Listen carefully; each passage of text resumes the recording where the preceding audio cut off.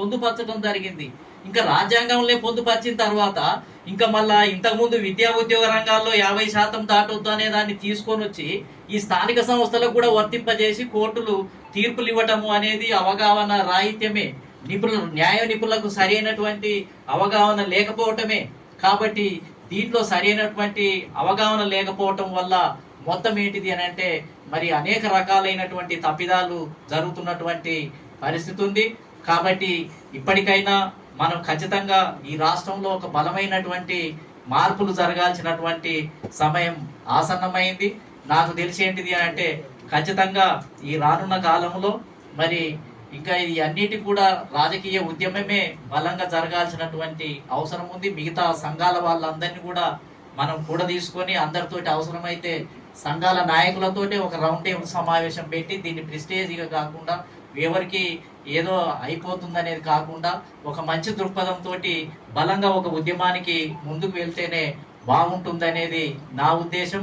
కాబట్టి ఇంకా ఇప్పుడు నేను అనుకుంటా నేపాల్లో ఏ విధంగా రివల్యూషన్ వచ్చిందో, తిరుగుబాటు వచ్చిందో, ఇక భారతదేశంలో ఇక చివరి విప్లవం అదే అనిపిస్తుంది, చివరి ఉద్యమము అదే అనిపిస్తుంది. రోడ్డు మీద అక్కడ కూడా అంతే కదా, నేపాల్లో కూడా అంత వంశపారంపర్యమే, అంత బంధువులే.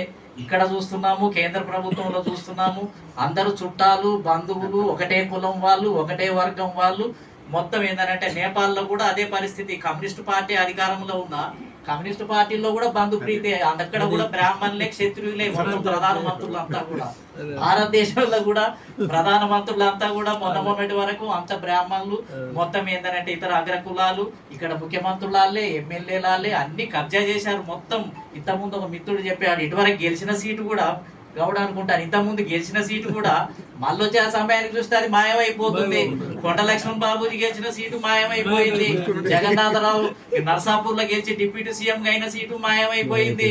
మాణిక్యాలరావు గెలిచిన సీటు మాయమైపోయింది. తాండూరులో, మహబూబ్ నగర్ లో ఎంతో మంది ముదిరాజులు, బోయన్ గెలిచిన గట్టు భీముడు, విఠలరావు గెలిచింది, గట్టు భీముడు గెలిచినాయి, అన్ని మాయం. నల్గొండ జిల్లాలో ఇటువరకు గెలిచినాయి, ధర్మభిక్షం గెలిచినాయి. ఒకటి కాదు అన్ని మాయమైపోతుంటే ఇక మనం అంత ఒకటి కాదు ఇక చెప్పుకుంటా పోతే మొత్తం ఏందనంటే అన్ని మాయమైపోయి ఉన్న సీట్లే ఒకవైపు ఏమో మనం అడుగుతూ ఉన్నాము, ఎక్కువ కావాలంటున్నాం. మీరంతా ప్రజాస్వామ్యం లేదంటున్నాము, రెండు కులాలేనా అంటున్నాము, ఒకటే కులమేనా అని ప్రశ్నిస్తున్నాము, బలంగా గర్జిస్తున్నాం. మరొక వైపు ఉన్నాయన్నీ ఖాళీ చేసేసి ఎడారిలాగా ఏమి లేనటువంటి వాళ్ళలాగా వాళ్ళు ఏంటిది అని అంటే ఏం చేసుకుంటారో చేసుకోండి, మేము ఇట్నే చేస్తుంటాం, ఇట్నే కబలించి వేస్తాం అని ఆ రకంగా వాళ్ళు వాతావరణాన్ని క్రియేట్ చేస్తున్నప్పుడు మనం దీన్ని సీరియస్ గానే ఆలోచించాల్సినటువంటి అవసరం ఉంది. ఇదేమి